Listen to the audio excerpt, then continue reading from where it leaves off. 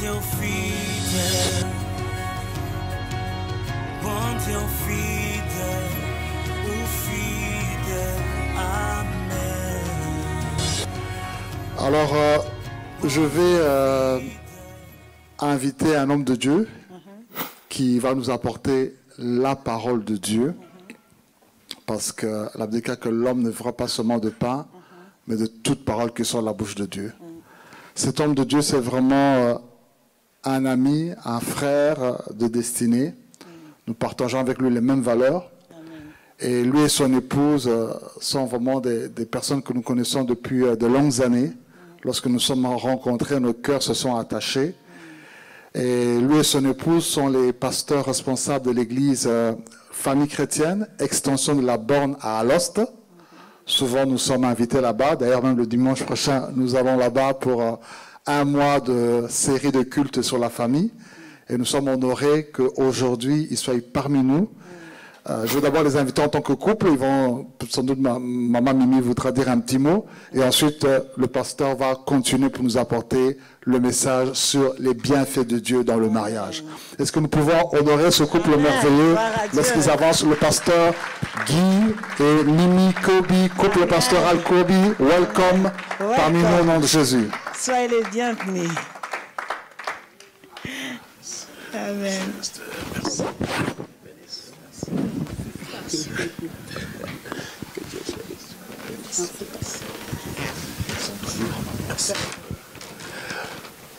Shalom à tous. Que Dieu vous bénisse. Très joyeux, très content de nous retrouver parmi nous. Alléluia. Et nous rendons grâce à Dieu pour cela. Mon épouse voudrait aussi vous saluer et ensuite nous allons adorer le Seigneur ensemble. Je vous salue au nom de Jésus.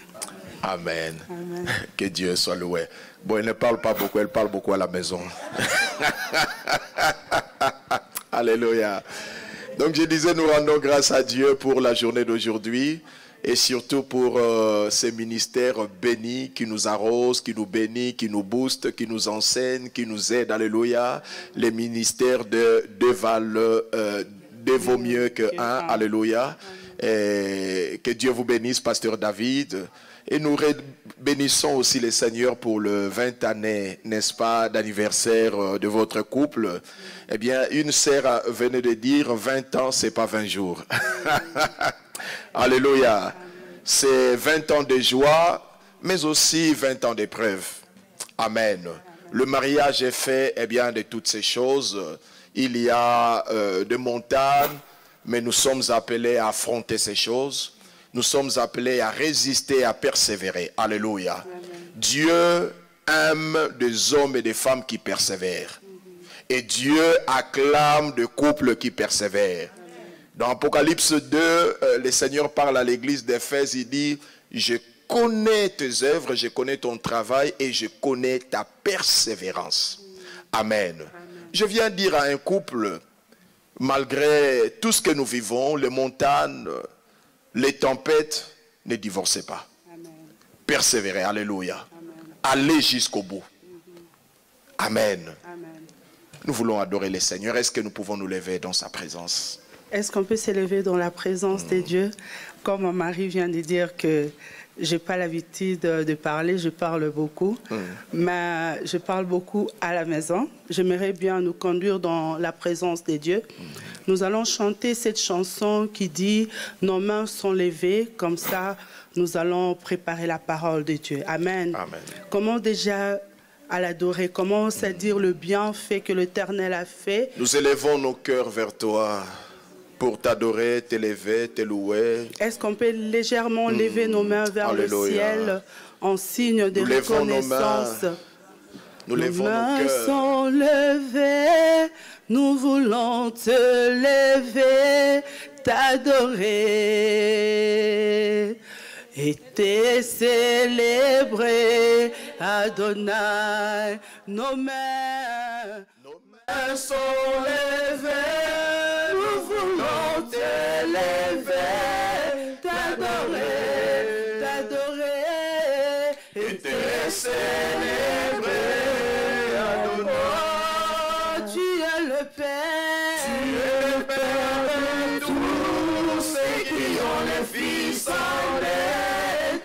es Dieu. Tu es Dieu. Tu remplis les cieux. Est-ce que tu peux le dire? Oh, Nos mains sont levées, nous voulons t'élever, t'adorer, t'adorer, te célébrer. oh, tu es le Père. Tu es le Père de tous ceux qui ont le Fils en eux. Tu es Dieu. Tu es Dieu. Tu remplis les cieux. Reçois l'adoration. Tu peux acclamer le Seigneur. Tu es le roi de Acclamation. Est-ce qu'on peut monter la notre acclamation? victoire. Digne es-tu, Seigneur. Reçois l'adoration. Tu es le roi. Tu es le roi. Notre victoire. Digne es-tu, Seigneur.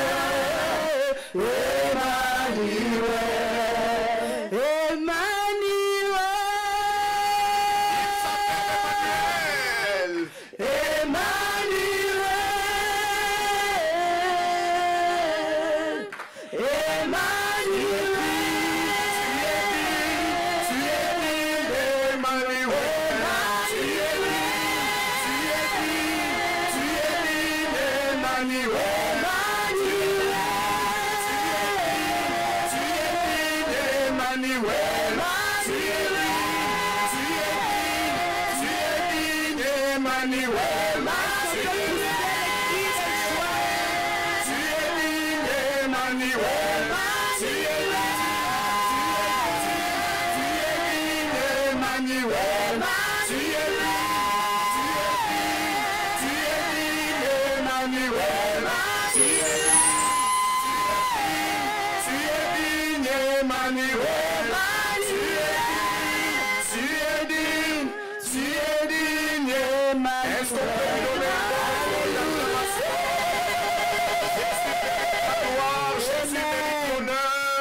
Jésus mérite nos acclamations, il mérite nos louanges, alléluia. Est-ce qu'on peut tous élever la voix? Parlons au Seigneur, alléluia, parlons au Seigneur, élevons Jésus, bénissons sa présence, alléluia, proclamons sa seigneurie, sa majesté.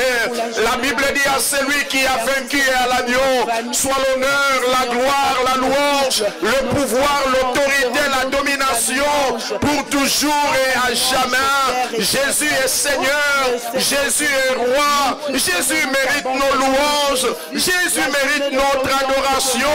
Nous lui rendrons, alléluia, tous les honneurs, alléluia, les fils uniques du Dieu vivant. Dieu béni éternellement, Dieu fait homme pour sauver les hommes, Dieu fait homme pour rencontrer les hommes, le Dieu qui a quitté les cieux, il a revêtu l'humanité.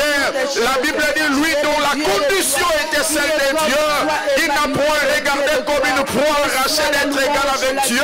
Il s'est dépouillé, il s'est humilié en prenant la forme d'un homme, se rendant obéissant, alléluia, oui, jusqu'au chemin de la mort. C'est pourquoi Dieu l'a souverainement élevé et lui a donné le nom au-dessus de tous les noms. À son nom, tout genou fléchira et tout langue confessera Jésus-Christ est Seigneur. Aidez-moi à confesser Jésus-Christ est Seigneur. Aidez-moi à confesser sa seigneurie. Aidez-moi à confesser sa divinité. Aidez-moi à confesser sa royauté. Est-ce qu'on peut acclamer la seigneurie de Jésus? Est-ce qu'on peut pousser des cris de joie à l'honneur de la Dieu, à l'honneur de notre Dieu? Jésus est roi, Jésus est Seigneur, Amen. Jésus est digne, digne de louange, digne d'autorité, digne de gloire, digne de puissance, digne de majesté. Tout genou fléchira devant lui et toute langue confessera Jésus est Seigneur. Est-ce qu'on peut confesser sa seigneurie? Est-ce qu'on peut confesser sa seigneurie? Est-ce que le ciel peut nous attendre? Confesser la seigneurie de Jésus.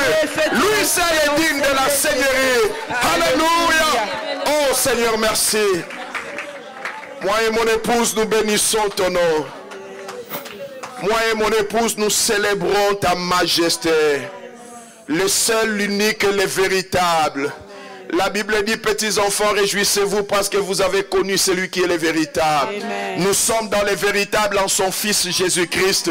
C'est lui le Dieu véritable et la vie éternelle. Amen. Que le monde le veuille ou pas, tu es le Dieu véritable. Que les hommes le veuillent ou pas, tu es le Dieu véritable. Que l'enfer le veuille ou pas, tu es le Dieu véritable. Amen. Le Dieu véritable.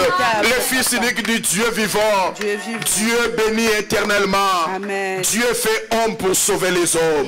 Dieu est devenu homme pour rencontrer les hommes. Amen. Seigneur, merci. Merci pour la croix. Merci pour ta mort. Et merci pour ta résurrection. Amen. Merci pour tous les couples en ces lieux que tu bénis. Amen. Nous prions à cet instant que tu bénisses ta parole. Fais-nous du bien au travers d'elle. N'est-il pas écrit, l'homme ne vivra pas de pain seulement, mais de toute parole qui sort de la bouche de Dieu. Bénis un couple, bénis un célibataire en ces lieux. Au nom de Jésus, tous ensemble, nous disons 3 fois Amen. Amen. Amen. Amen. Que Dieu te bénisse. Alléluia, alléluia, alléluia. Est-ce qu'on peut acclamer le Seigneur? On peut apprécier la présence de Jésus. Cette présence qui nous a conduits jusqu'en ces lieux, qui nous entoure, qui nous bénit, qui nous nourrit, qui nous fait du bien. Cette présence qui soutient ce ministère de 2 valent mieux que 1. Cette présence qui a soutenu le couple Mapamboli pendant 20 ans de mariage, 20 ans d'intimité, 20 ans de complicité, 20 ans d'épreuves, mais ils ont résisté. Est-ce qu'on peut apprécier ces couples maintenant? Alléluia, alléluia. Tous les respects, couple Mapamboli, pour le parcours que vous avez eu ensemble. Que Dieu vous bénisse. Vous êtes une bénédiction. Que dis-je? Vous êtes une source de bénédiction pour plusieurs couples dans le monde. Be blessed. Amen. Que Dieu soit loué. Nous pouvons reprendre nos places. À Dieu toute la gloire. Amen. Comme l'a dit le pasteur David, eh bien, je suis Guy Kobi, pasteur du CFC, le centre évangélique La Famille Chrétienne, extension de la borne Parole Éternelle, précisément dans la ville d'Alost. Amen. Et nous disons un grand merci au couple Mapamboli, le pasteur David et Maman Bobette, pour la marque de confiance. Amen. Et que Dieu vous bénisse, vous tous qui êtes là. Et j'ose croire que le Seigneur nous fera du bien. Amen. Que Dieu soit loué. Nous allons ouvrir la parole du Seigneur.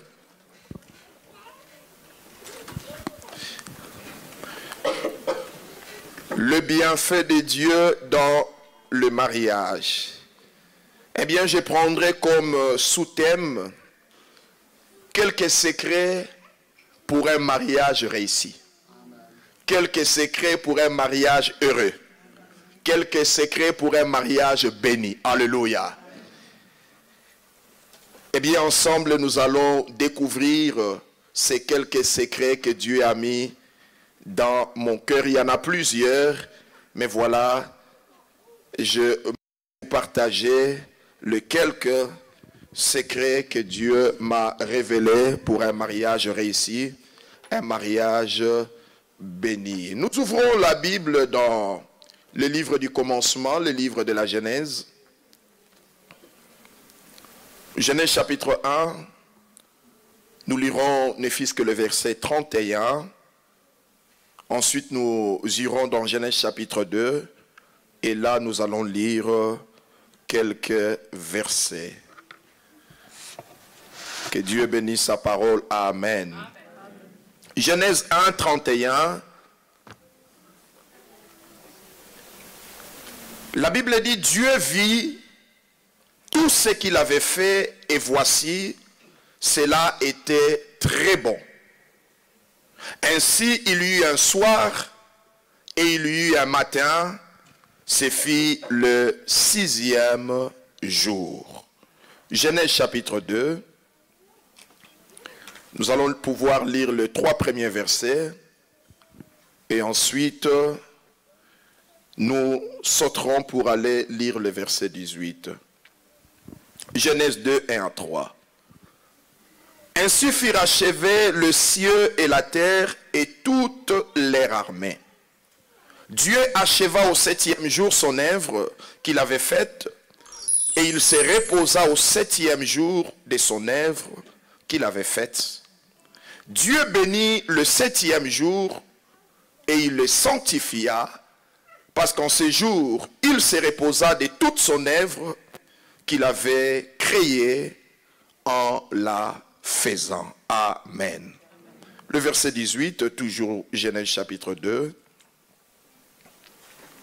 L'Éternel Dieu dit, il n'est pas bon que l'homme soit seul. L'Éternel Dieu dit, il n'est pas bon que l'homme soit seul. Je lui ferai une aide semblable à lui. L'Éternel Dieu forma de la terre tous les animaux des champs et tous les oiseaux du ciel. Il les fit venir vers l'homme pour voir comment l'homme les appellerait et afin que tout être vivant portant le nom que lui donnerait l'homme. Et l'homme donna des noms à tous. L'homme donna les noms à tous les animaux des champs, mais pour l'homme il ne trouva point d'aide semblable à lui. Alors l'Éternel Dieu fit tomber un profond sommeil sur l'homme, qui s'endormit et il prit une de ses côtes et renferma la chair à sa place. L'Éternel Dieu forma une femme de la côte qu'il avait prise de l'homme et il l'amena vers l'homme. Et l'homme dit, voici cette fois-ci l'os de mes os et chair de ma chair, on l'appellera femme parce qu'elle a été prise de l'homme. C'est pourquoi l'homme quittera son père et sa mère et s'attachera à sa femme et les deux deviendront une seule chair. L'homme et sa femme étaient tous deux nus et ils n'en avaient point honte. Amen.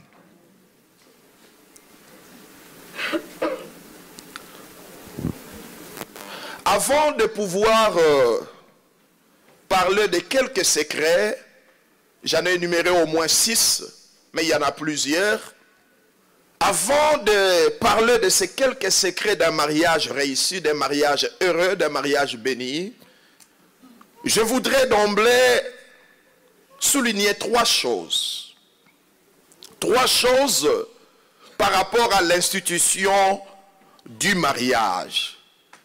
Premièrement, notez, Genèse chapitre 2, le texte de Genèse chapitre 2 que nous avons longuement lu, nous montre que Dieu est le seul, l'unique instituteur ou créateur du mariage. Genèse 2, 18, l'Éternel Dieu dit, il n'est pas bon que l'homme soit seul, je lui ferai une aide semblable à lui. Donc, le mariage n'est pas une institution humaine. Alléluia. Le mariage est une institution divine. Le mariage émane de Dieu. C'est Dieu qui a conçu le mariage. C'est Dieu qui a pensé, réfléchi, organisé, institué, établi et même appelé le mariage à l'existence. C'est Dieu, ce n'est pas un homme, c'est Dieu. Et lorsque vous vous mariez, vous promettez la fidélité, l'amour, le soutien l'un à l'autre. Vous ne le faites pas que devant les hommes. Vous le faites devant l'instituteur du mariage. Vous le faites devant le créateur de cette institution. Lorsque tu prends le micro comme d'habitude, tu deviens poète, ce jour-là, je t'aimerai toute ma vie. Je t'achèterai un avion avec des passagers dedans. Il y a des gens qui vont très loin. Quand ça commence déjà comme ça, tu dis Voyez, on dit des choses, on se fait des promesses. Sache que ces promesses, tu ne les fais pas que devant des hommes. Alléluia. Quand tu donnes de telles paroles, de telles promesses, en fait, Dieu est là comme témoin. Alléluia. Dieu est là comme témoin. Ces paroles sont retenues par des hommes, mais le ciel aussi retient. Amen. Voilà pourquoi tu n'as aucun droit de détruire cette institution que Dieu a établie. Quelqu'un est avec moi. Et Jésus ajoutera, il dit que l'homme ne sépare point ce que Dieu a uni. Oh, j'ai pris que votre couple dure. Alléluia. Que votre couple aille de l'avant. Vous vous êtes promis de belles choses. Eh bien, si l'Éternel est avec vous, ces choses, vous pouvez les accomplir. Amen. Ne vous limitez pas en cours de chemin. C'est vrai, il y a des tempêtes dans le mariage. Le mariage, ce n'est pas toujours rose. Le mariage n'est pas toujours une fête en permanence. Il y aura des vagues, il y aura des tempêtes, mais serrez-vous la main ensemble, affrontez ces choses et allez jusqu'au bout. Persévérez. Quand on persévère, on n'abandonne pas. Dès l'instant où tu abandonnes, tu cesses de persévérer. J'ai pris que Dieu nous donne des couples qui persévèrent. Qu'un couple dise un bon amen. Que Dieu nous donne des couples qui avancent malgré les tempêtes. Alléluia. Nous nous sommes promis des choses, et bien ces choses nous pouvons les réaliser, les accomplir avec le Seigneur. Tu n'as aucun droit de détruire ce que Dieu a uni. Quand la Bible dit que l'homme ne sépare point ce que Dieu a uni, la Bible ne parle pas que des avocats et des juges, mais la Bible parle aussi à vous-même, les couples.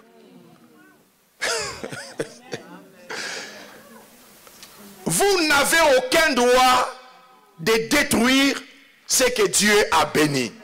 Alléluia. Que Dieu nous donne des couples qui résistent et qui ne divorcent pas.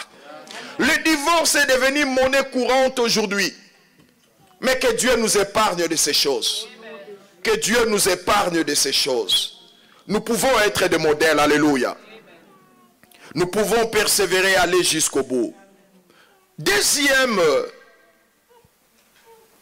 vérité par rapport à l'institution du mariage. Premièrement, je dis, le mariage n'est pas, n'est-ce pas, l'œuvre humaine. Le mariage est une institution divine. Deuxièmement, le texte de Genèse chapitre 2 nous montre que le mariage est la toute première institution établie par Dieu. La première institution établie par Dieu, ce n'est pas l'église, ce n'est pas un ministère, c'est le mariage. Alléluia. C'est le mariage. Dieu l'a établi en premier parce que Dieu savait que tout émanerait du mariage. La société est bâtie par le mariage. Alléluia. L'église est construite des hommes et des femmes issus du mariage. Voilà pourquoi Dieu a établi en premier le mariage. Alléluia. Et je comprends pourquoi le diable combat le mariage. Vous savez, la toute première attaque du diable sur la terre n'était pas contre l'église. La toute première attaque du diable n'était pas contre le ministère.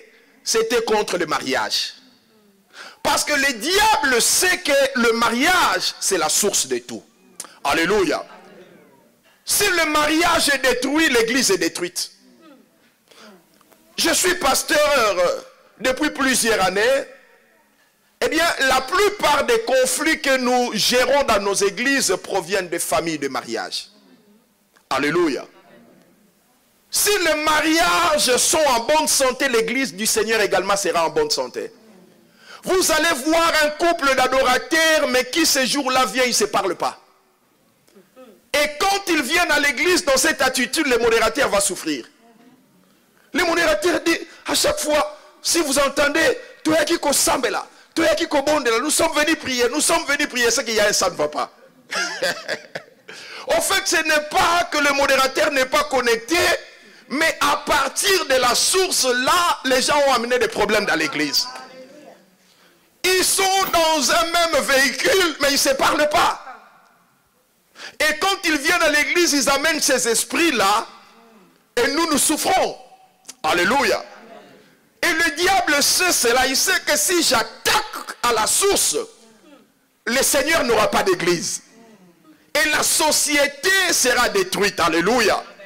Voilà pourquoi la toute première attaque de l'ennemi, il ne l'a pas dirigée contre l'église, contre le ministère, mais contre le mariage.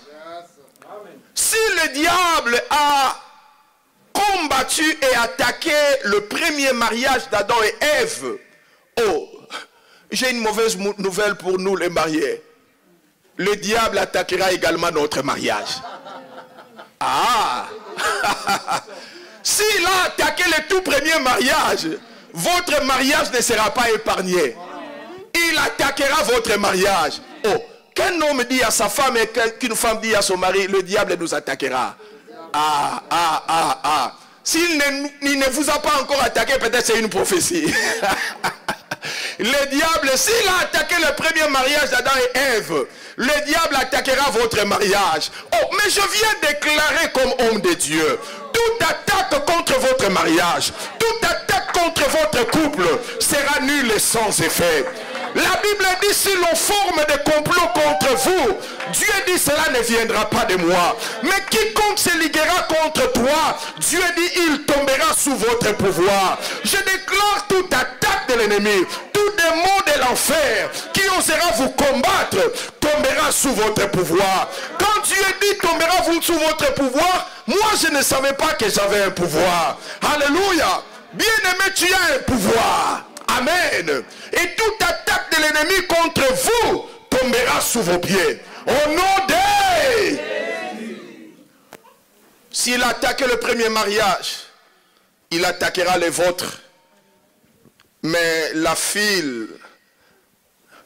corde à 3 fils ne se rompt pas facilement.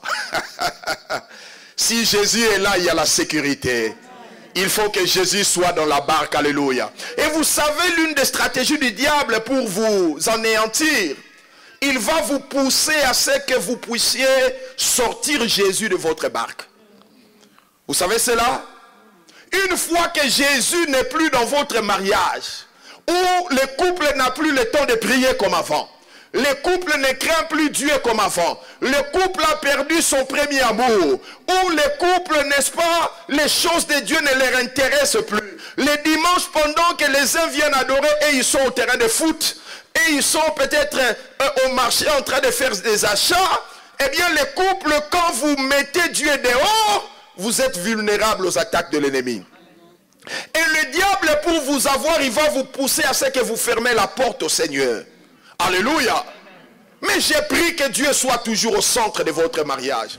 S'il est sorti, eh bien ramenez le Seigneur au centre de votre couple. Comment? Par la crainte de Dieu, par une vie de sanctification, par la prière familiale. Alléluia. Faites des cultes familiales. Oh, quelqu'un me donne un bon amen. Ramenez Jésus au centre de votre mariage et vous serez une corde résistante. Quelqu'un donne un bon amen. Troisième chose liée à l'institution du mariage, eh bien c'est que le mariage est la seule institution qui a changé les refrains de Dieu. Le mariage est la seule institution qui a changé le refrain de Dieu. Vous savez, quand Dieu a créé toutes choses, Dieu avait un refrain.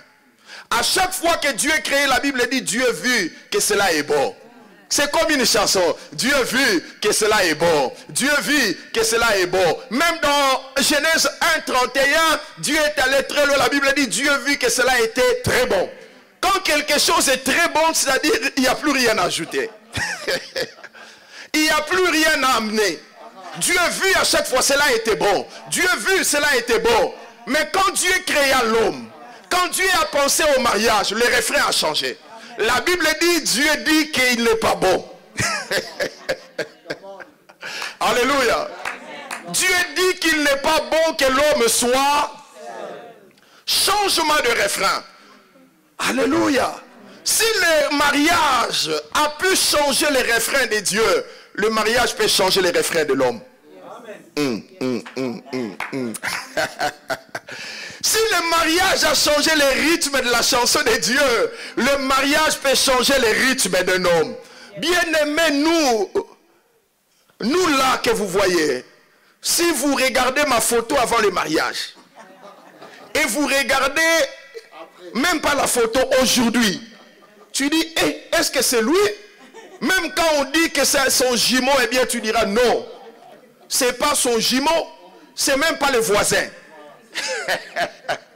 Donc le mariage a changé les rythmes de ma vie. Alléluia. Si le mariage a pu changer les rythmes, le refrain de Dieu, le mariage peut changer les refrains de l'homme. Alléluia. Avant le mariage ne doit pas être égal à pendant le mariage. Amen. Le mariage peut changer le cours de ta vie. De la pauvreté à la richesse. Il y a de la tristesse à la joie. Donnez un bon amen. Le mariage a changé le refrain de Dieu. Dieu vit que ça a été bon. Mais quand il arrive au mariage, Dieu dit, il n'est pas bon que l'homme soit. Je vais aller même plus loin. Vous savez, le mariage a sorti Dieu de son repos. Ah. L'institution du mariage a sorti Dieu de son repos. Quand vous lisez, au fait, le récit de la création, Genèse 1, Genèse 2, Genèse 3, si vous les lisez de manière littérale, vous allez voir Dieu avait tout fini, mais c'est comme si Dieu est retourné pour l'institution du mariage. Ça, si vous les lisez de manière littérale, parce que le récit de la création, en fait, il y a deux récits, mis ensemble, alléluia. Voilà pourquoi on a commencé. Dans Genèse 1, on a cité un certain nombre de choses. Dans Genèse 2, on a encore repris. Mais si vous le lisez, j'ai dit de manière littérale, c'est comme si Dieu a tout fait. Il entre dans le repos, mais il sort du repos pour le mariage. Amen. Dans Genèse chapitre 1, au verset 31, la Bible dit, Dieu vit que tout ce qu'il avait fait était très bon. Donc quand quelque chose est bon, on n'a plus rien à ajouter, n'est-ce pas? Et au chapitre 2, verset 1, la Bible dit, Dieu acheva toute l'œuvre de la création. Il créa les cieux et la terre, il achève tout. Et quand on dit achever, c'est-à-dire le travail est fini, le travail est terminé. Et Dieu, n'est-ce pas, se reposa de toute sa création. Là, nous sommes dans Genèse 2. Et Dieu bénit le 7e jour, le jour du repos. J'aimerais ouvrir une petite parenthèse et la fermer si vite. Apprenez à bénir votre repos. Alléluia. Après avoir travaillé, vous avez droit au repos. Vous avez droit aux vacances. Oh, quelqu'un doit dire un bon amen. La Bible dit, Dieu bénit le 7e jour. Dieu n'a pas béni le premier jour. Dieu n'a pas béni tous les autres jours. Mais Dieu a béni que le 7e jour. Le jour du repos. Apprenez à bénir votre repos. Amen. Couple qui est ici, apprenez à aller en vacances. Oh, oh, oh. Même pendant les vacances, toi tu travailles. Parce qu'on a promis 200% au boulot. Non, non, non, non, non. Tu as travaillé jusqu'au mois de juin, juillet, arrête-toi, bénis les vacances. Prends madame, prends messieurs, prenez les enfants, allez en vacances. Allez vous réjouir comme des petits enfants. Alléluia. Allez jouer, apprenez à bénir votre repos. Ne sois pas, je voulais dire quelque chose. Ne sois pas un Portugais qui travaille 7 sur 7. Nous venons des vacances au Portugal, moi et mon épouse et les enfants. Là, dans la plupart des villes, même le dimanche.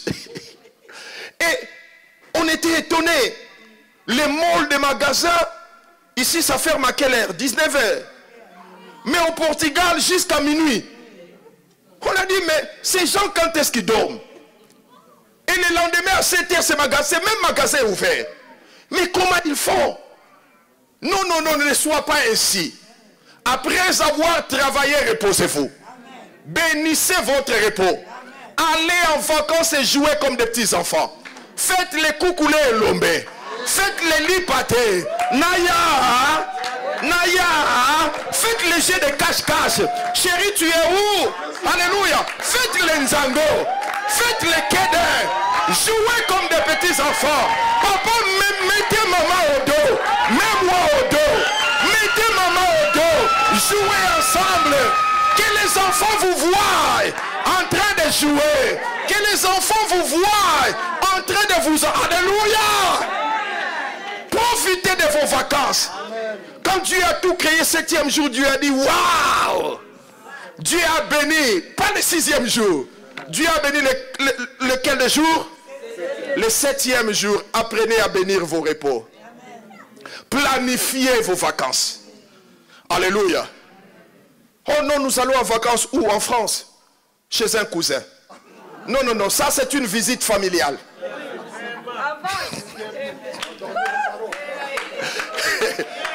Et là-bas, vous devenez des Salomon, des gens qui dorment au salon. Il n'a que 2 chambres, lui et ses enfants. Vous allez en vacances, vous devenez des Salomon. Non, non, non, non, non. Louez des hôtels. Montez dans des bateaux. Jouez comme des petits enfants. Alléluia. Dépensez s'il faut dépenser. On n'en a pas tous les jours. Apprenez à bénir votre repos. On donne un bon amen. Je sais que les papas calculateurs ne sont pas contents. Parce que lui là, les 4500 ou 6000 de vacances.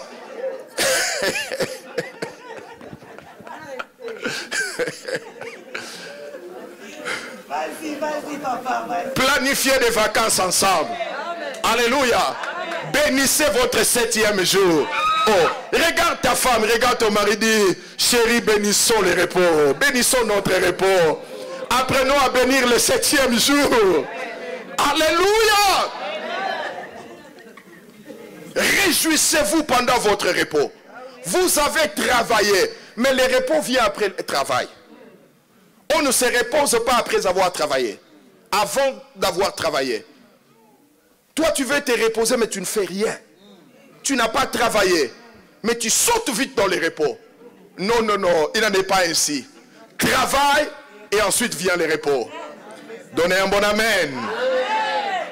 Donc je disais, le mariage a comme sorti Dieu de son repos. Dieu vit que cela était bon. Dieu acheva l'œuvre de la création, n'est-ce pas? Mais plus loin au verset 18, chapitre 2, Dieu regarde alors qu'il a tout achevé. Ça, si vous lisez la Bible de manière littérale, n'est-ce pas?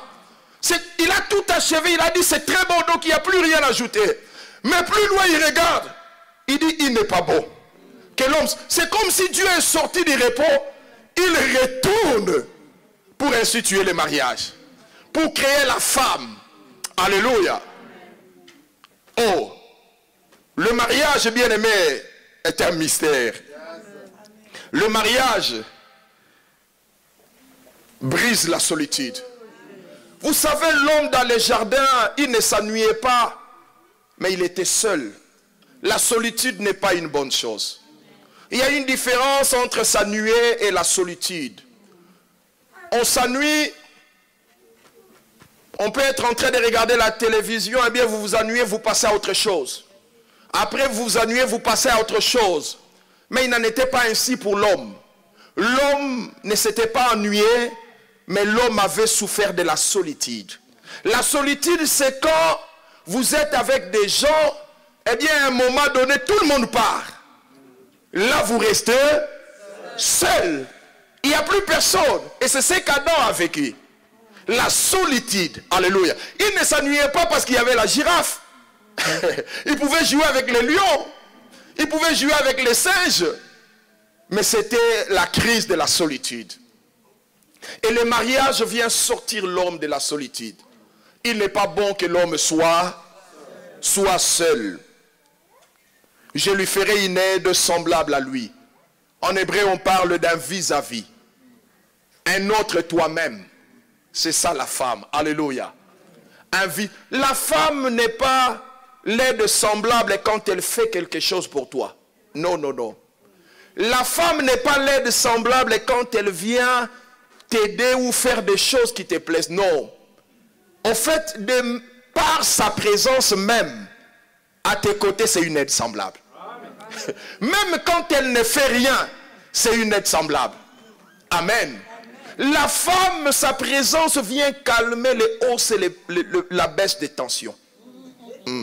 Quand elle est là, il n'y a plus d'hypo ou d'hypertension. Tout est régularisé. Aucun couple dise un bon amen. Un couple est en train de dire, pasteur, si tu savais ce qu'on vit, tu ne diras pas ce que tu dis là. Avec Dieu, la solution est possible. Avec Dieu, un nouveau départ est possible. Si seulement vous le décidez. Alléluia. La femme, quand elle est là, au fait, c'est le bonheur. La Bible dit, celui qui trouve une femme trouve. Au fait, quand Dieu créa la femme, Dieu a mis le bonheur dans la femme. Et si la Bible dit, celui qui trouve une, pas deux, une, pas trois, celui qui trouve une, ça veut dire, celui qui trouve la femme de sa destinée. Trouve le bonheur. Pourquoi? Parce que Dieu a mis le bonheur dans cette femme. Madame, tu es un bonheur. Oh, celui qui trouve une femme trouve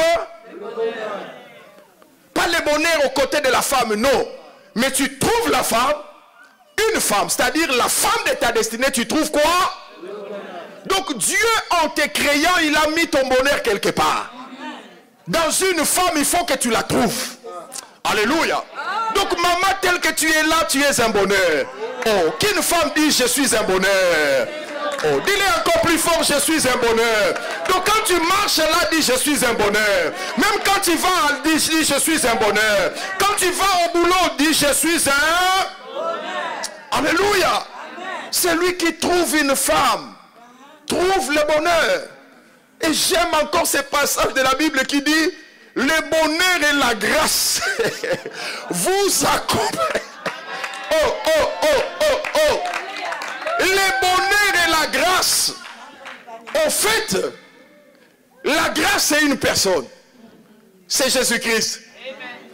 Et Dieu dit, celui qui trouve une femme trouve. Donc le bonheur aussi c'est une personne. Si la grâce est incarnée en Jésus, eh bien le bonheur c'est la femme. Donc celui qui a Jésus et qui a une femme est heureux. Ça c'est ma compréhension. Le bonheur et la grâce t'accompagneront. Amen. C'est-à-dire si Jésus et la femme t'accompagnent, l'homme est heureux. L'homme est béni. Alléluia.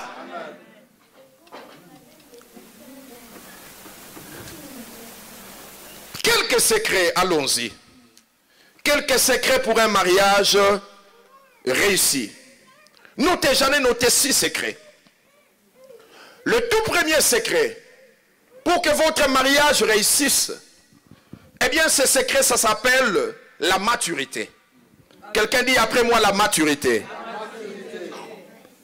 Dans Genèse chapitre 2, verset 18, Dieu déclara, il n'est pas bon que l'homme soit. En fait, Dieu a pensé mariage. Mais vous allez vous rendre compte, Dieu n'est pas directement allé au but. Dans 18, il dit, il n'est pas bon que l'homme soit seul. Donc, il est supposé qu'au verset suivant, au verset 19, Dieu devait endormir l'homme et créer la femme. Mais Dieu n'a pas fait ça.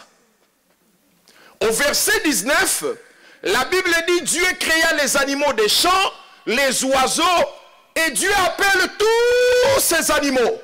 Il les fit venir vers l'homme. Vous voyez?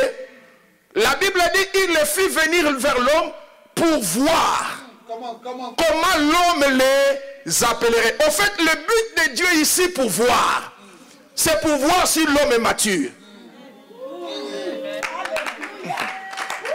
Alléluia. Pour voir si l'homme est solide, si l'homme a des nerfs qu'il faut. Il n'est pas bon que l'homme soit seul. Mais Seigneur crée directement la femme. Mais au verset 18, Dieu soumet l'homme à un test de maturité. Parce que pour maîtriser un animal comme un guénon, qui bouge à tout moment, et lui donner un nom, c'était pas facile. Il faut avoir des nerfs Solide. Oh là là. Ça, c'est un test de maturité. Alléluia. Et c'est quand l'homme est passé ce test qu'au verset 21, la Bible dit Dieu endormit l'homme. Dieu dit ça y est. Adam avait réussi à ce test. Voyez voir, quand l'homme et la femme sont tombés, Dieu chassa les couples du jardin. Adam n'a pas laissé sa femme en arrière. C'était un homme mûr. Malgré le péché, malgré la chute, malgré qu'ils ont été trompés par le diable. Alléluia. Quand Dieu les a chassés, Adam pouvait dire au monde, tout ça c'est à cause de... Donc, ne me suis plus. Hein. Tu traces même une ligne. Ici, si tu dépasses ici, j'étais peinard dans les jardins. Depuis que tu es venu, ouais, j'ai perdu ma position. Rentrez chez vos parents, elle n'avait même pas de parents. Il y a des hommes comme ça. Elle dit à sa femme de 50 ans de rentrer chez ses parents. Eux-mêmes, ils sont parents. Adam n'a pas dit ça. Adam a assurément pleuré, ça lui a fait mal. Il a perdu toute la position. Mais regardez quand il sortait du jardin. Il prend sa femme. Un homme mûr. Malgré que nous avons été trompés. Et tout a commencé par toi. Mais je ne divorce pas. Tu es ma femme. L'os de mes os. La chair de ma chair. Malgré que j'ai tout perdu. Mais je ne t'abandonne pas. Malgré que tu es malade, je ne te délaisse pas. C'est toujours toi, la plus belle fleur. Alléluia. Malgré que j'ai perdu mon boulot à cause de toi, mais tu es la chair de ma chair, l'os de mes os. Je ne t'insulterai pas. Dieu nous bénira encore. Alléluia. Ça, c'est un homme mûr. C'est un homme qui ne jette pas toute la faute toujours sur la femme. C'est toi. Si je suis aujourd'hui ce que je suis, c'est toi. Si aujourd'hui j'ai perdu mon boulot qui me payait mieux, c'est toi. Qui t'empêche de trouver un autre boulot? Depuis que je t'ai épousé, ah papa, tu es immature. Tu es immature. Adam te dépasse.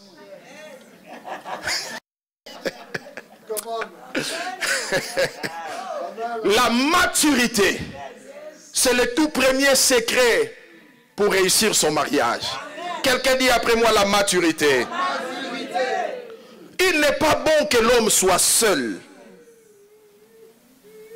Quand Dieu dit il n'est pas bon que l'homme soit seul, eh bien, Dieu voit les choses à 4 niveaux. 4 niveaux de maturité. La maturité sur le plan physique. Sur le plan corporel. On ne se marie pas quand on n'est pas encore mature physiquement. Alléluia. La maturité sur le plan physique est très très très importante. Parce que juste après le mariage, les enfants doivent venir. Et si physiquement tu n'es pas mature, les jeunes, les enfants qui sont ici, si physiquement tu n'es pas mature, parce qu'après avoir béni les couples, la Bible dit, Dieu dit soyez, donc ayez des enfants. Mais si tu es immature physiquement, comment vas-tu avoir des enfants? Donc, la maturité physique qui se traduit par la maturité sexuelle est très très très importante pour réussir son couple. Quelqu'un donne un bon amen. J'ai suivi un témoignage qui m'a vraiment écœuré, m'a fait très mal. C'était au Moyen-Orient, en Iran ou Irak, quelque chose comme ça. On montre le reportage d'une fille de 11 ans. 11 ans. Au fait, on l'a mariée par force. Elle n'avait même pas de sein. Même pas de sein. Je dis, mais où est le plaisir? Et un vieux monsieur barbu. Et le monsieur était très content. Une fille de 11 ans. Et vous savez, quand on a délivré cette fille de ses mariages, la fille est venue en France. On lui a interviewé. Et puis la fille dit, on lui demande, on dit, qu'est-ce que tu as subi dans ces mariages? Regardez ce qu'elle dit. Elle dit, tous les soirs, ces messieurs me tapaient. On dit tous les soirs, il dit tous les soirs.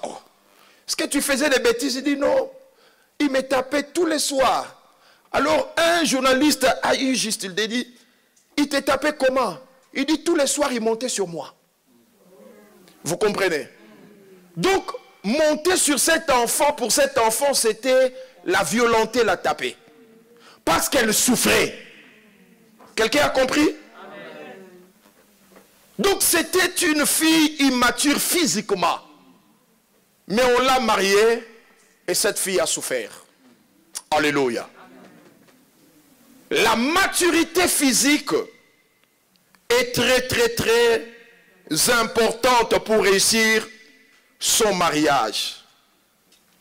Deuxième niveau de la maturité, notez, c'est la maturité psychique.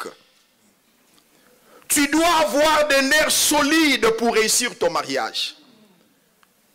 C'est-à-dire, tu dois avoir une bonne façon de penser. Amen. Une bonne manière de réfléchir. Quand tu as des réflexions terre à terre, tu détruiras ton mariage. La maturité psychique est très importante pour réussir la vie du couple. Amen. Troisième niveau de la maturité pour réussir ton mariage, c'est la maturité spirituelle. Notez cela. Parce qu'il te faut la sagesse de Dieu pour mener à bien ton foyer. La Bible dit, la femme sage bâtit sa maison. Il faut la sagesse de Dieu. Pour élever les enfants, il faut la sagesse de Dieu. Si tu n'as pas la maturité spirituelle, tu détruiras ton couple, ton mariage par tes propres mains. Quatrième niveau de la maturité dont on a besoin pour réussir son couple, c'est la maturité financière. Quelqu'un dit après moi la maturité financière. Alléluia. Tu dois être financièrement indépendant pour réussir ton couple. Si financièrement tu dépends de papa, tu dépends de maman, tu dépends même de tes amis, sache que ton mariage c'est le mariage de ton papa. Ton mariage c'est le mariage de ta maman. C'est le mariage des amis. Alléluia. La Bible dit l'homme quittera son père et il faut les quitter sur le plan financier. Amen. Il n'y a pas d'attachement qui réussit si le premier verbe quitter n'est pas bien conjugué. Il faut quitter pour s'attacher. Alléluia. Il faut quitter les parents sur le plan financier. Je ne dis pas que les parents ne peuvent pas vous aider. Parce qu'il y a des gens qui vont vraiment à l'extrême. Quand il y a une aide venant des parents, les parents ont constaté que vous manquez du non. Non, l'homme quittera son père et sa mère. Et il boude l'argent. Ça ne doit pas entrer ici. Non, non, non, ce n'est pas ce que Dieu dit. Les parents restent des parents. S'ils trouvent que vous êtes, n'est-ce pas, en panne financière, eh bien, ils peuvent vous aider. Tout comme vous aussi, vous pouvez aider les parents. Suis-je en train de parler à quelqu'un? La Bible dit l'homme quittera son père. La Bible ne dit pas l'homme abandonnera son père et sa mère. Trop souvent, je parle surtout à des femmes qui sont ici. Trop souvent, quand une femme se marie, surtout dans nos cultures, la femme va faire de tout son mieux pour séparer l'homme de sa famille. Oh non, l'homme quittera.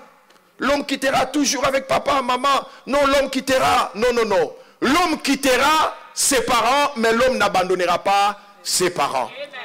Papa et maman restent papa et maman. Amen. Je les ai quittés, c'est-à-dire je suis indépendant, n'est-ce pas, sur les plans financiers et d'autres, mais je ne les ai pas abandonnés. Amen. Alléluia. Amen. Quand il faut aider les parents, il faut les aider. Amen. Donnez un bon amen. Amen. Le mariage n'est pas une soustraction, le mariage est une addition. Tu ne t'es pas joint à ton mari pour le séparer de sa famille. Amen. Que Dieu détruise ce ministère dans le cœur de plusieurs femmes. Amen. Beaucoup de femmes ont ce ministère puissant. Le ministère de destruction, de séparation. L'homme quittera. L'homme quittera. Oui, j'ai quitté mais je n'ai pas abandonné. De temps à autre, j'appellerai papa. Comment vous êtes réveillé? Comment allez-vous? Vous n'avez rien à manger? J'ai fait Western Union. Alléluia. Sur le plan financier, il faut être mature. Amen. Le mariage n'est pas l'apanage des enfants. 1 Corinthiens 13, verset 11. L'apôtre Paul dit, lorsque j'étais enfant, j'ai parlé comme un enfant, j'ai pensé comme un enfant, j'ai raisonné comme un enfant, mais lorsque je suis devenu homme, le mariage c'est une affaire d'homme, pas d'enfant. L'apôtre Paul dit, lorsque je suis devenu homme, j'ai fait disparaître ce qui était de l'enfant. N'entre pas dans, excusez-moi, dans le mariage avec ce qui est de l'enfant. Oh, quelqu'un m'attend? Avant d'entrer dans le mariage, fais disparaître ce qui est de l'enfance. Alléluia. Si tu entres dans le mariage avec les bagages d'enfance, tu souffriras. Ou tu feras souffrir l'autre. À 2 h du matin, tu les réveilles. Chérie, réveille-toi. Réveille-toi. J'ai envie de manger les tondolo. Ah! Tondolo. Tondolo en français, c'est comment?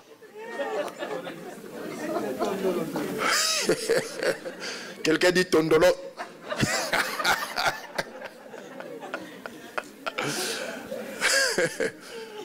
Non, non, non, non, non. Le mariage n'est pas l'apanage des enfants. Alléluia. L'apôtre Paul dit, j'ai fait disparaître. Oh, dis à ton mari, fais disparaître ce qui est de l'enfant. Ah, ah. Dis à ta femme, papa, surtout les femmes, regarde-la bien dans les yeux. Même si elle a 50 ans, dis-lui, chérie, fais disparaître ce qui est de l'enfance. Alléluia. Alléluia. Vous, le célibataire qui vous préparez pour le mariage, préparez-vous. Entraînez-vous et faites disparaître ce qui est de l'enfance. Amen. Pour faire disparaître ce qui est de l'enfance, ça demande un sacrifice. Amen. Et cela est possible avec le Seigneur. La maturité. Vous savez, il y a un proverbe en Afrique qui dit, on reconnaît un arbre mûr quand il est capable de donner de son fruit. Ah. Lorsque l'arbre produit des fruits, on dit, ah, nzete salnene. C'est-à-dire l'arbre a grandi. Alléluia. Parce qu'il porte le fruit. Donc l'arbre est mûr. En fait, la maturité dans le mariage donne.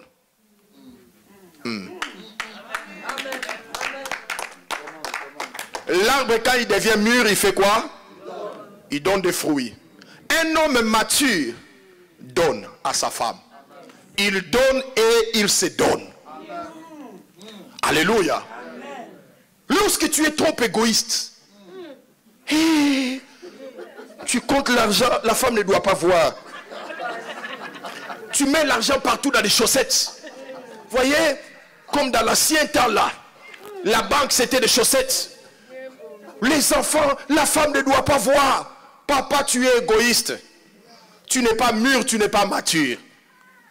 Un homme mûr donne. Alléluia. Une femme mûre fait quoi? Maman ne va pas cacher de l'argent sous le lit. Un jour, ton mari va changer le lit, tu n'étais pas là, il dit, je vais faire une surprise à ma femme. Et ici, quand tu achètes un nouveau matelas, on prend l'ancien. Tu dis, chérie, j'ai une bonne nouvelle. Surprise. Tu lui fermes même les yeux. Elle entre dans la chambre. Surprise. Ah! Tu m'as tué. Mais chérie, c'est une bonne surprise. Tu m'as tué. Mais je t'ai tué comment? Où est l'ancien matelas? Mais on est allé jeter. Tu m'as tué. Tu m'as tué. Chérie, qu'est-ce qui se passe? Or, ce matelas-là, c'était toute sa banque. Vous mourrez de faim dans le foyer. Mais elle garde. Maman, tu n'es pas mature. Un arbre mûr fait quoi? Demande à ton mari, est-ce que tu es un arbre mûr? Papa demande à ta femme, est-ce que tu es un arbre mûr? Ou depuis que tu es là, tu ne donnes pas de fruits? Vous voyez? Il y a une expression en lingala qui dit Maboko ma Makaku. Makaku goûte bien. Parce que Makaku des fois il donne, les singes des fois ils donnent, mais toi, flambeau, la main comme un singe, il ne donne pas. Même un singe des fois il donne. Mais toi, quand tu tiens comme ça, non, elle ne doit pas voir. Tu n'es pas mûr. Partagez tout ensemble. Amen. Alléluia. La Bible dit les deux deviendront une seule. Alléluia. En fait, quand on dit deviendront, c'est un processus. C'est un processus. Ça ne se fait pas à un clic de doigt. Non. Deviendront, c'est-à-dire c'est un processus. Deuxième secret. Le premier secret, c'est lequel? La maturité. Quelqu'un est béni? Amen. Deuxième secret. L'amour. L'amour. En lingala, on dit bolingo. Comment on le dit en swahili? Mapendo. En néerlandais, comment on le dit? Lived. En anglais, comment on le dit? Love. Oh, en anglais, ça sonne bien. Hein? Love. En Chiluba, il y a un juif ici. Un juif partout sauf en Israël. Il y en a ici. Hein? Dinanga. Quand on chante Dinanga, c'est ça. Dinanga wanye. Love. En fait, l'amour, ça aurait pu être le premier secret. Amen. L'amour, c'est la base même du mariage. C'est le fondement du couple. Et cet amour doit être partagé. Alléluia. Cet amour doit être réciproque. Il ne faudrait pas que votre amour dans le couple soit sens unique. C'est toujours l'un qui se sacrifie. C'est toujours elle qui donne des cadeaux. C'est toujours elle qui se soucie de toi. C'est toujours elle qui cherche à te parler. C'est toujours elle qui t'appelle quand tu es dehors. C'est toujours elle qui se soucie de tes affaires. Mais toi, non. L'amour dans les couples, qui bénit les couples, doit être réciproque. Quelqu'un dit après moi l'amour réciproque. Alléluia. Très important. Et l'amour dans le couple doit être arrosé. Vous savez, l'amour c'est comme une fleur. Une fleur, si belle qu'elle soit, si vous ne l'arrosez pas, elle fanera. Vrai ou faux? Votre amour, il est là, oui, mais il faut l'arroser. Comme une fleur. En fait, l'amour, c'est comme un véhicule, il faut l'entretenir. Si tu achètes un véhicule neuf, pas d'entretien, ce n'est qu'une question de temps. Alléluia. Il faut l'arroser, il faut l'entretenir. Comment on entretient l'amour dans les couples? C'est par des cadeaux spontanés. N'attends pas que l'autre dise moi j'aurai que des cadeaux au ciel quand on sera enlevé. Non, faites des cadeaux de manière spontanée. Ça entretient l'amour. Quelqu'un me donne un bon amen. Même si tu n'as pas grand chose, la femme ne demande pas que tu lui achètes un hélicoptère. Elle sait que tu n'en as pas les moyens. De toutes petites choses faites de manière spontanée arrose votre amour. Quelqu'un donne un bon amen. Je connaissais un pasteur. Il n'avait pas, en tout cas c'était un pauvre. Un pauvre avec peu majuscule. Pauvre. Il n'avait pas de moyens. Il était chômeur. Mais quand il allait, n'est-ce pas, chercher du boulot partout et il n'en trouvait pas, à son retour à la maison, il passait par Victoire. C'est un rond-point à Kinshasa, plusieurs connaissent. Eh bien, il cherchait ce qu'il peut acheter pour sa femme. Alors qu'il n'avait pas assez de moyens. Vous savez ce qu'elle achetait? Souvent, elle achetait un bonbon. Dans l'ancien temps, on appelait bonbon Kojak. Vous voyez, avec bonbon avec une tige là. Oui, le temps où nous on grandissait, c'était spécial. Elle achetait ces bonbons Koja qu'il mettait dans sa veste. Il disait ça, c'est pour ma chérie. Et quand il rentrait à la maison, ayant pas grand chose à main, il disait, chérie, viens, j'ai un cadeau pour toi. Il sortait les bonbons. Il dit, mange ça seul, les enfants ne doivent pas manger ça. C'est pour toi, c'est un cadeau que j'ai acheté. Là, il surveille sa femme. C'est pas grand chose, mais ça arrose l'amour. Oh, oh, oh, oh. Maman dis à ton mari, arrosons notre amour. Alléluia. L'amour doit être arrosé, entretenu. Maman, prends soin de ta beauté. Ça arrose l'amour. Alléluia. Ne dis pas, il m'a déjà épousé. Il n'a plus d'autre choix et surtout c'est un serviteur de Dieu. Il n'y a pas de divorce. Comme il m'a épousé, eh bien l'homme est parti au boulot. Il revient à 17h, il te trouve toujours avec cette grosse robe de nuit. Vous voyez, c'est comme ma maman va s'en Kwanga. Oui, comme des mamans qui fabriquent des chikwanga au Congo. Oui, tu es là, tu n'as même pas encore brossé les dents. Et tu dis, chérie, oye. Oh, oh, oh, maman, tu es en train de tuer votre amour. Arrose ton amour. Alléluia. Prends soin de toi.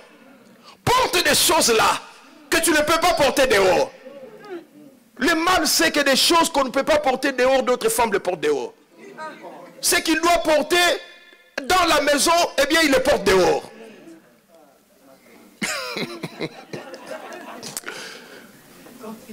Une femme bénie a toujours plusieurs tenues. Il y a la tenue du dehors, mais il y a aussi la tenue du dedans. Alléluia. Elle sait que papa revient. Eh bien, ne sois pas avec cette robe longue robe de nuit. Comme Donna Benja. Non, non, non, non, non. Habille-toi bien. Habille-toi. Je voulais dire un mot. Bon, c'est la réunion de couple. Sois sexy. Ah. Oh, j'aime ces milons là. Donnez encore ces milons là.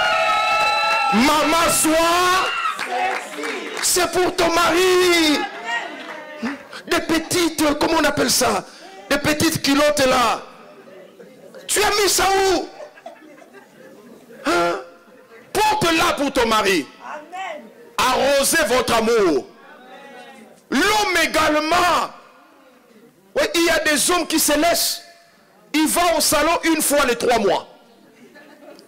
Non, non, non, ma femme m'a trouvé beau au début, je suis toujours beau. Oh! Arrose ton amour, papa. Alléluia. Vous savez, moi, mon épouse, quand je reviens du boulot, la toute première chose que j'ai fait, j'entre dans la salle de bain, je brosse mes dents. Amen. Amen. Je veux me sentir bien. Je ne viens pas avec tous les cafés là du boulot accumulés. Je brosse mes dents, je prends ma douche, et souvent ma femme, je mets le parfum, n'est-ce pas chérie? Et souvent quand je m'assois là, elle vient toujours poser sa tête sur ma poitrine. Et il y a une phrase que ma femme dit souvent, tu sens bon. Chérie, tu sens? Là j'ai dit, waouh, j'arrose mon amour, alléluia. Ça lui donne l'envie de poser sa tête sur ma poitrine. Mais toi, papa, tu ne t'es pas lavé depuis 4 jours. La femme, pour s'approcher de toi, ferme le nez. Ou il reprend le masque qu'on a caché pendant le Covid. Arrosez votre amour. Quelqu'un donne un bon amen. L'amour, il faut l'entretenir, il faut savoir aimer ta femme. Maman, il faut savoir aimer ton mari. Amen. Il ne faut pas seulement s'aimer, mais il faut savoir aimer. C'est très important. Il y a une différence entre aimer et savoir aimer. Alléluia. Tu peux aimer ta femme, mais tu ne sais pas l'aimer. C'est pourquoi d'autres femmes, malgré tout ce que tu fais pour elle, elle te dit, comment tu ne peux pas m'aimer comme avant? Il faut savoir, en fait, savoir aimer ta femme, c'est l'aimer comme elle voudrait qu'elle soit aimée. Amen. Je donne toujours l'exemple de moi et mon épouse. Mon épouse, elle est rassasiée aujourd'hui. My love. Mon épouse, au fait, a plus passé du temps en dehors du Congo que moi. Moi, né, grandi au Congo, j'ai quitté le Congo à l'âge de 30 ans. Donc déjà un adulte. Mais elle est sortie du Congo un peu plus tôt. Afrique du Sud, Canada et ainsi de suite, Hollande et puis ici. Alors, elle a développé une culture d'aimer par exemple le bouquet de fleurs. Elle aime ça. Mais moi, le fleur ne me dit rien. Né, grandi, Congo. Je ne suis pas le seul, je vous assure. Je vous assure. Né, grandi à Fermi au Congo. Au fait, l'année prochaine, j'ai fête mes 50 ans. Si tu me donnes une fleur, je te dirai merci, mais je regarde qu'une fois. Ça, c'est moi. Je ne dis pas que c'est toi. Moi, quand on me donne une fleur, au fait, je regarde qu'une seule fois. En tout cas, rarement revenir. Mais mon épouse, quand j'offre la fleur, oh, d'abord, elle va aller placer ça dans un beau coin à la maison. Elle commence à arroser. Voyez, un peu de culture différente. Mais c'est ce que, même quand je n'ai pas envie, parce que le bouquet de fleurs coûte cher aussi. Même quand je n'ai pas envie, mais puisque ma femme aime ça, je le lui offre. C'est comme ça que je montre seulement que je ne l'aime pas seulement, mais je veux savoir l'aimer. En fait, je veux l'aimer comme elle voudrait qu'elle soit aimée. Alléluia. Ça, c'est aimer et savoir. Et si vous savez faire cela dans votre couple, vous réussirez. Et vous irez de l'avant. Troisième, je vais aller plus vite. Troisième secret pour réussir dans son couple. Ça s'appelle dormir. Quelqu'un a des idées déjà, mais je ne suis pas là-bas. Troisième secret, ça s'appelle quoi?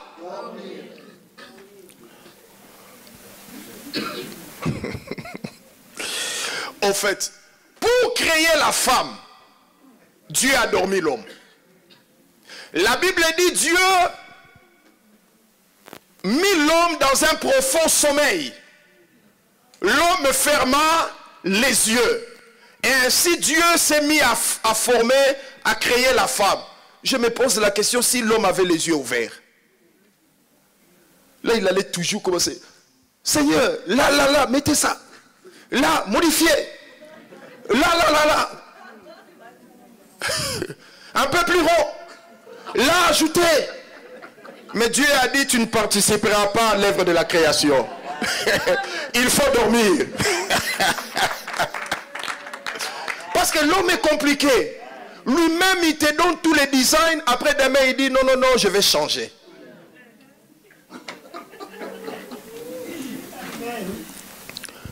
L'homme, Dieu a pu dormir l'homme. Il lui a fermé quoi? Pour que votre couple réussisse, il faut apprendre à dormir. C'est-à-dire quoi?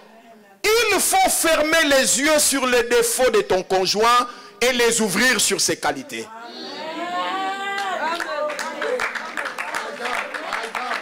Alléluia. En d'autres termes, il faut plus te focaliser sur les qualités de ta femme. Il faut plus te focaliser sur les qualités de ton mari que sur ses défauts. Amen. Si tu ne sais pas dormir, fermer les yeux sur les défauts de l'autre, votre couple ne réussira pas. Amen. Alléluia. Je ne dis pas que tu ne vois pas, non, c'est un langage. C'est-à-dire les défauts de l'autre et travailler ensemble. Il y a des choses que vous pouvez changer à l'immédiat. Il y a des choses que vous pouvez changer au fil du temps. Mais il y en a d'autres qu'on ne peut pas changer. Alléluia. Apprends à fermer les yeux c'est une manière de dire travailler ensemble sur les défauts de l'autre, mais ouvrez grandement les yeux sur ses qualités. Tout homme, toute femme a ses défauts, et tout homme, toute femme a aussi ses qualités. Trop de bics rouges dans les mariages tue l'amour. Toi, tu es monsieur correcteur. Là, tu n'as pas bien fait. Là, tu n'as pas bien parlé. Assis-toi. La femme n'est pas ton enfant. Tu dis, assis-toi. J'ai des choses à te dire. Ne bouge pas. Je reviens. Ok, nous allons parler. Écoute-moi bien. Ouvre bien tes yeux et tes oreilles. Sois attentive à ce que... Non, non, non. La femme n'est même pas ta petite soeur. C'est ta moitié.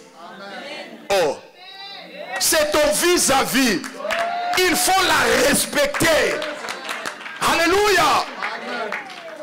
Les hommes qui ne respectent pas leurs femmes sont des hommes faibles. Quand on grandissait encore dans mon pays, le Congo, vous allez voir quelqu'un qui tabasse sa femme et pour mieux la tabasser, il faut la dénuder.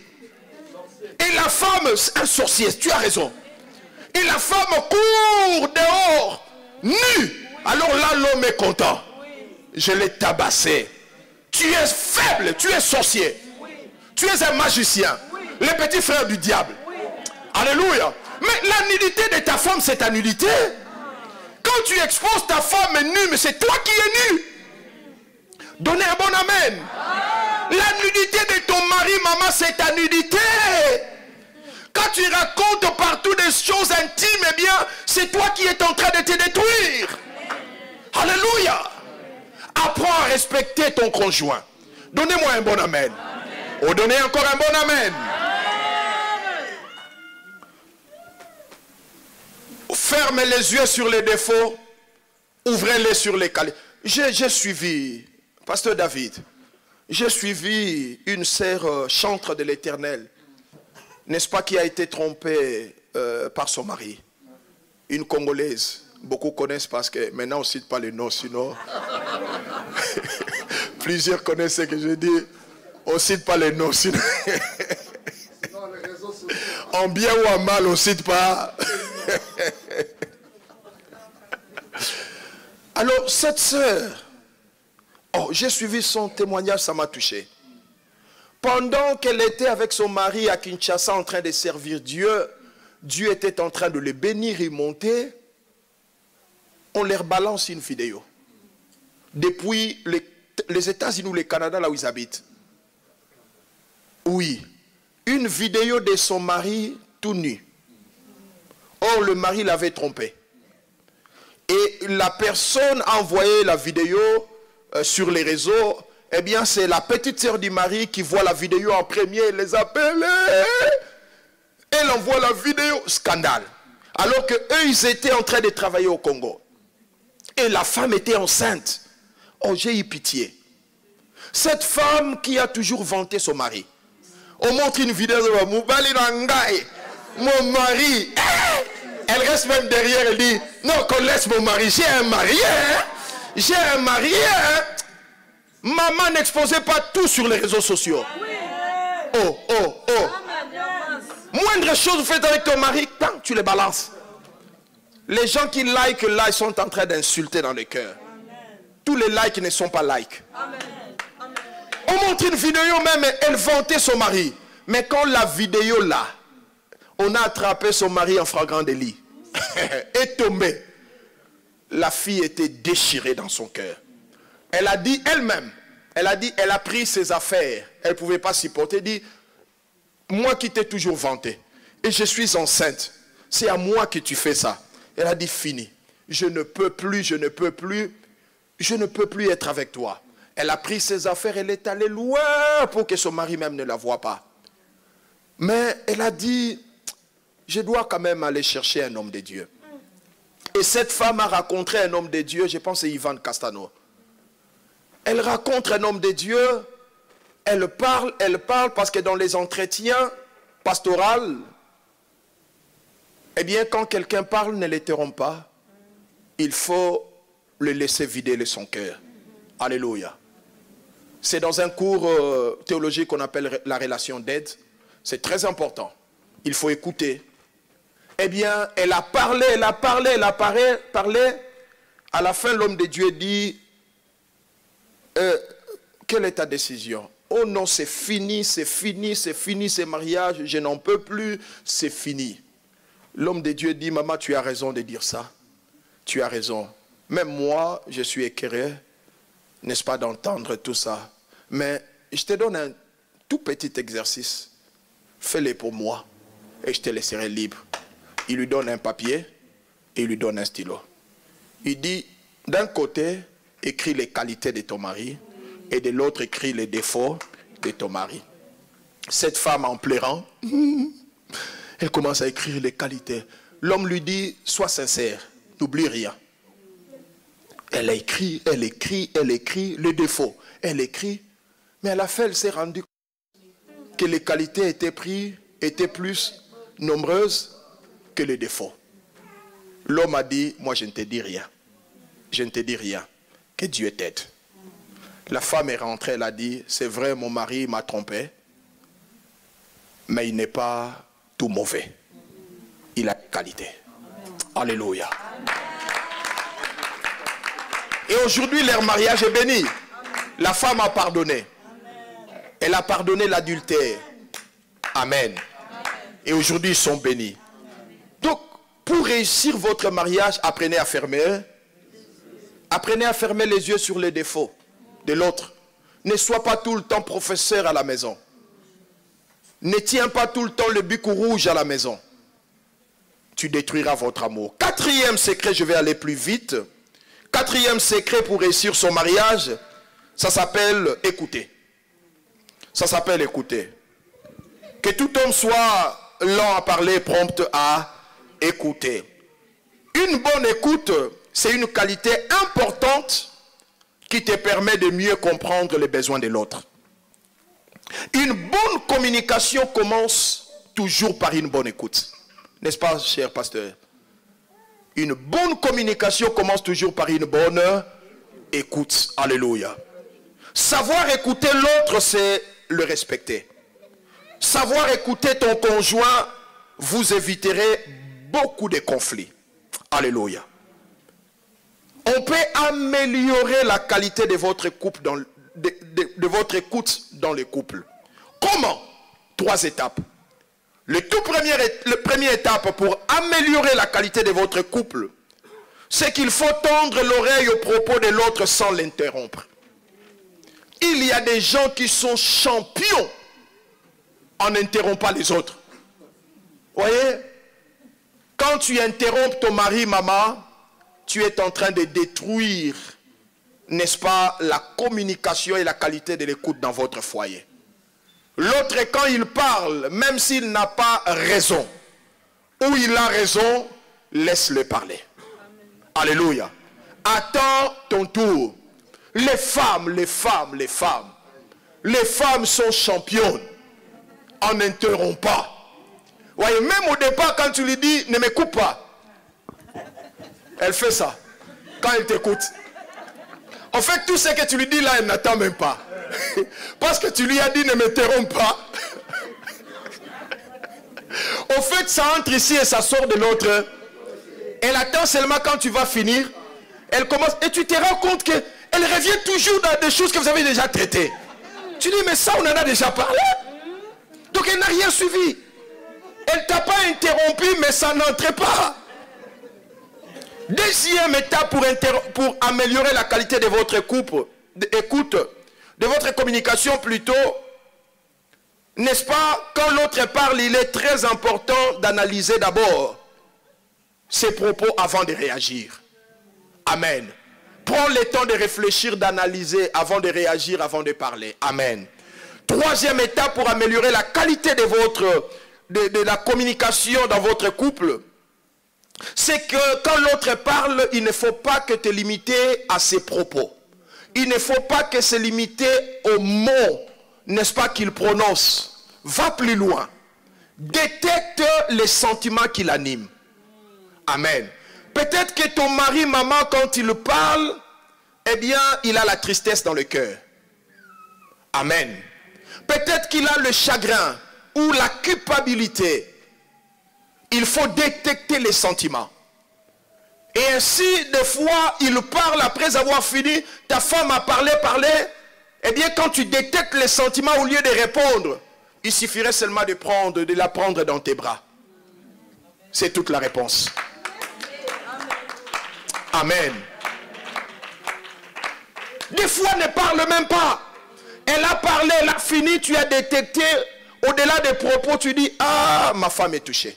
Même quand elle n'a pas raison, prends-la dans les bras. Alléluia.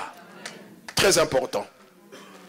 Cinquième, je vais aller vite. Cinquième qualité, cinquième secret pour réussir votre mariage, ça s'appelle la transparence. Donc l'avant-dernier secret, ça s'appelle la transparence. Genèse chapitre 2, verset 25. L'homme et sa femme étaient tous des nus et ils n'en avaient point honte. La transparence. Rien à cacher. Alléluia. Les couples commencent à connaître des problèmes quand on se cache des choses. On cache. Ça, elle ne doit pas voir. Ça, il ne doit pas voir. Alléluia. La transparence au sein du couple, c'est la pensée de Dieu pour le marié. La transparence renforce l'intimité. La transparence ouvre la porte à la complicité dans les couples.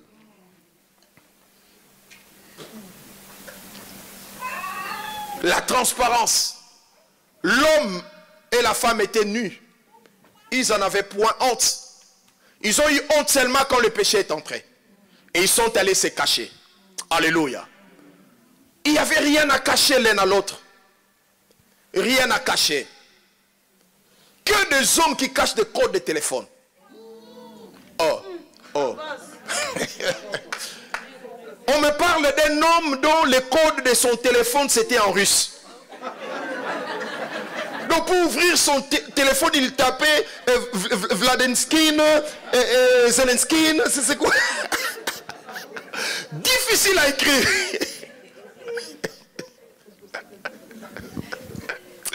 Alléluia. Oh, moi et mon épouse, moi je n'ai rien à cacher à mon épouse. N'est-ce pas, chérie? Si je dis faux, arrête-moi. Tel qu'elle me connaît de A à Z. Je n'ai rien, je n'ai pas de domaine privé. Je n'ai pas de domaine privé. Moi, pour mon épouse, tout est à nu et à découvert. Je ne cache rien, je n'ai pas de chambre privée. Où ici, elle n'entrera pas. Ça, il ne voit pas. Mon téléphone, je dirais s'il aime beaucoup mon téléphone, je ne sais pas pourquoi. Elle a son téléphone, mais elle est plus avec mon téléphone. Et je n'en fais pas un problème parce que je n'ai rien à cacher. Elle connaît mon code. Et même c'est elle qui installe des choses dans mon téléphone. Moi j'ai plus de temps pour la Bible. Alléluia. Même les enfants ils prennent le téléphone de papa. Je n'ai rien à cacher. Je n'ai pas de films et des images à cacher dans mon téléphone. Même le tout petit là, il est ici, le tout petit. Yanis il connaît les codes de mon téléphone. Il joue avec, il ouvre tout ça. Je n'ai rien à cacher. Amen. Que de femmes qui cachent les codes de Western Union quand ils envoient l'argent en Afrique. Prends les codes. Il va dans la toilette. Vous m'entendez? Prenez. J'ai envoyé 100. Prends 8, 4, 7. Vous aussi, vous ne comprenez pas une seule fois. Il va venir ici. Prenez une fois et ne m'appelez pas. Si ça ne marche pas, ne m'appelez pas. Prenez 4, 5.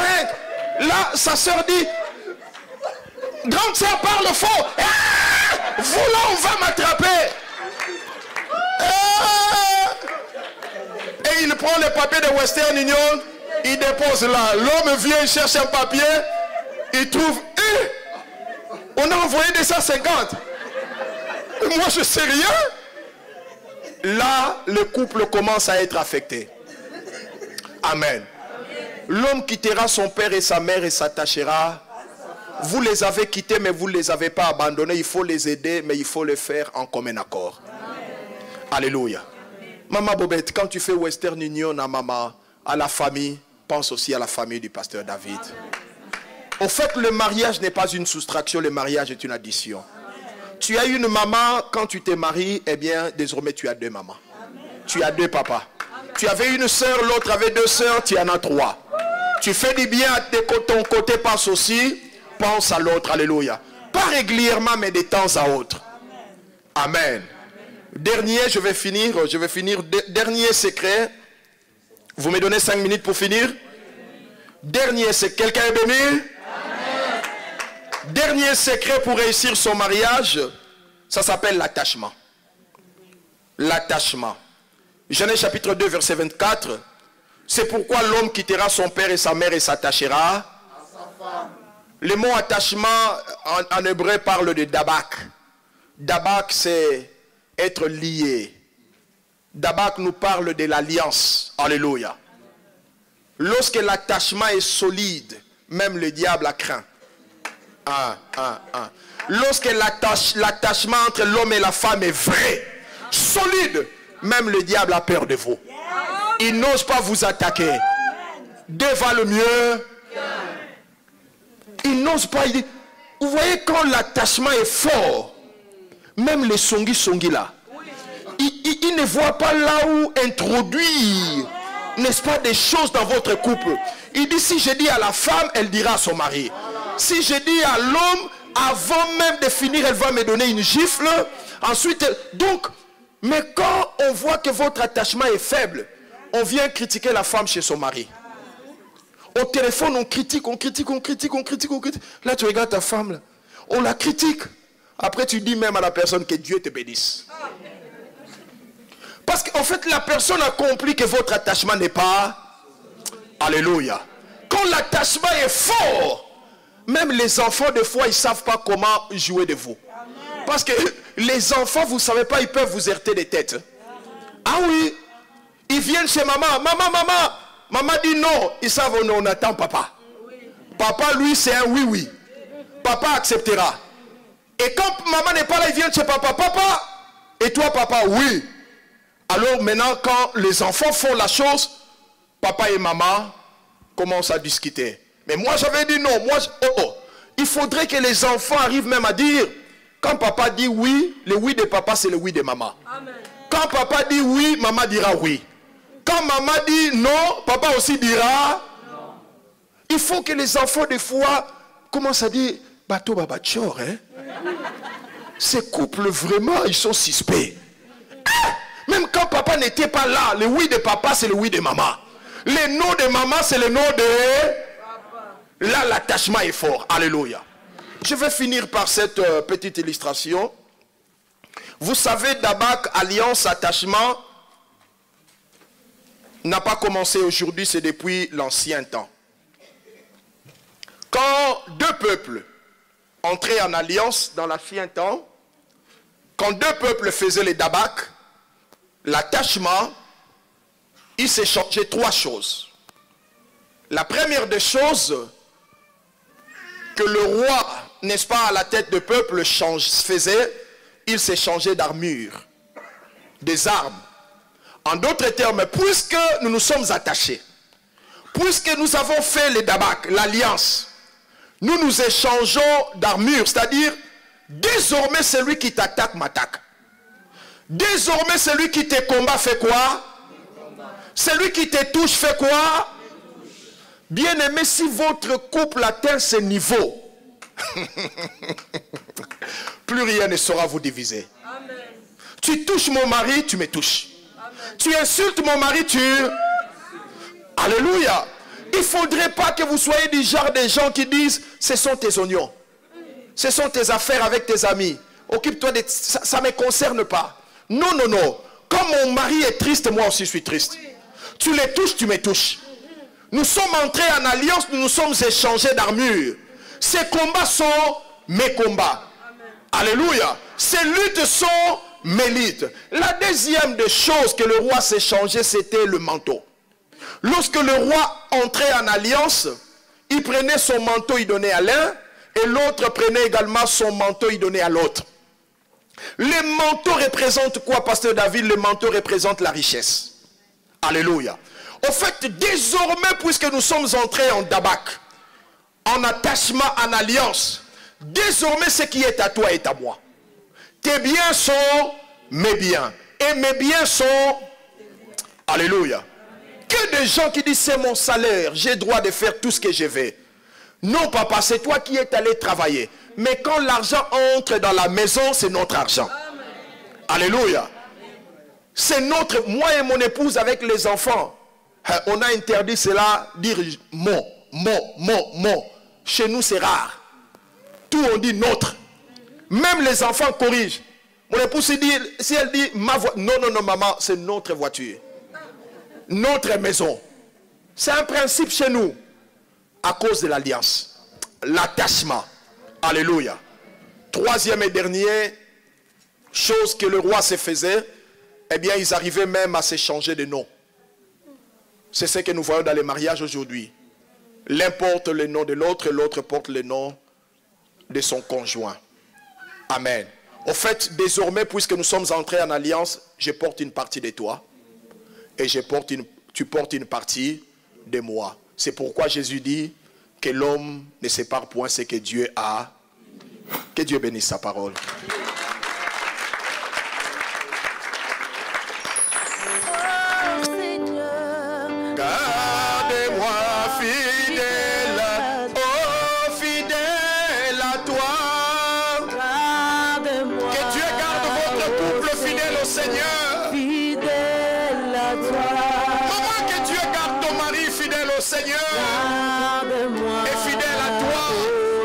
Papa, que Dieu garde ta femme fidèle à Jésus et fidèle à toi. J'ai un prix à remporter, les victoires à gagner. Oh Seigneur, oh, chantons-les une dernière fois. Est-ce qu'on peut tous élever la voix, chanter comme une prière? Oh fidèle à toi, garde-moi.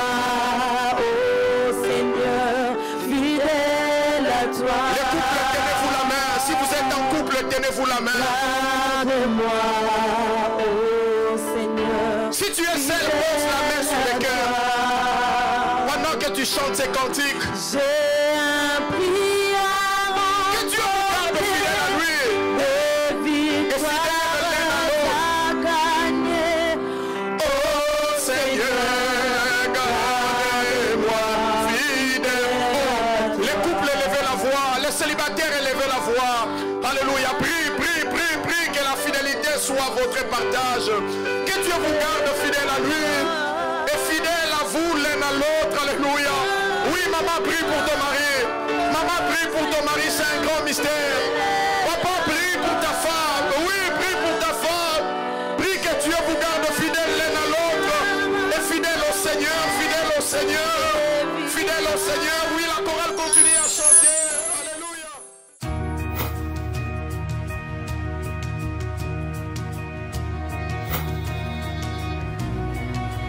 Bon Dieu fidèle, bon Dieu fidèle.